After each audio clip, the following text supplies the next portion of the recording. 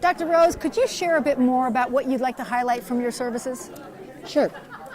I have 3 PhDs in Chinese medicine. There are 4 branches to Chinese medicine. My first PhD was acupuncture.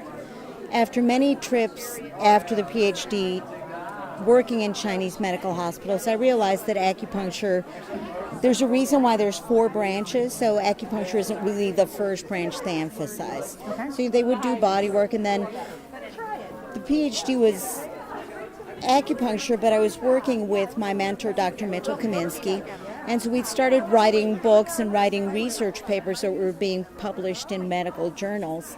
And from that, I got inspired to look at things from a nutrient perspective. So, in my PhD in internal medicine, which was supposed to be herbal, I decided I would try to bring Chinese medicine into the 21st century, because 5,000 years ago, when they were doing acupuncture and internal medicine in China, they didn't have access to the understanding of the Krebs cycle.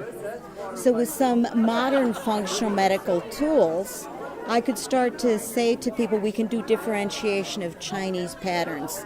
So my big emphasis is to not focus on disease name, but if we're looking at essential nutrients, we can then really get focused on, you don't inherit diabetes. What you inherit is the fact that you're eating foods that are high in a specific protein, but your family hasn't known how to extract those out.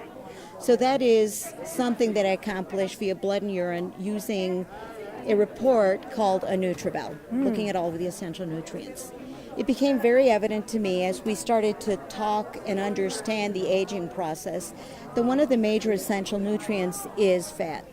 As we stop understanding fat, it starts to have an impact on our endocrine system. The endocrine system rules lots of things, and so I became aware of a protocol that's been around since 1955 called the HCG protocol that was put together by an endocrinologist, Dr. Semeni, who has died.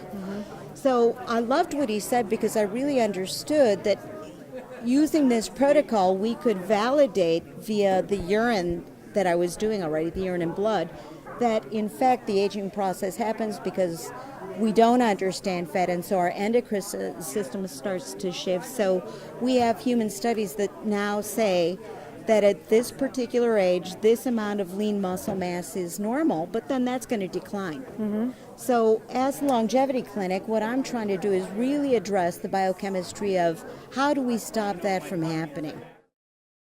Part of that dance of aging is reflected in something that we call the BOTC, or the 8 pillars.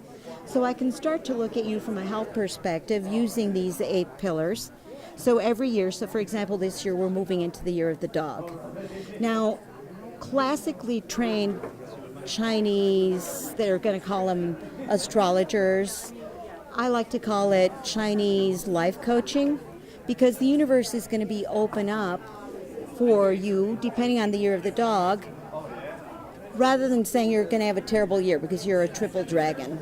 I say, okay, if the dragon is in these pillars, and this pillar represents your network, this pillar represents your career, this represents your love life, your spouse, this represents your children or things that you're trying to create, I can coach you by saying that the universe is not going to support that this year, so let's concentrate on this.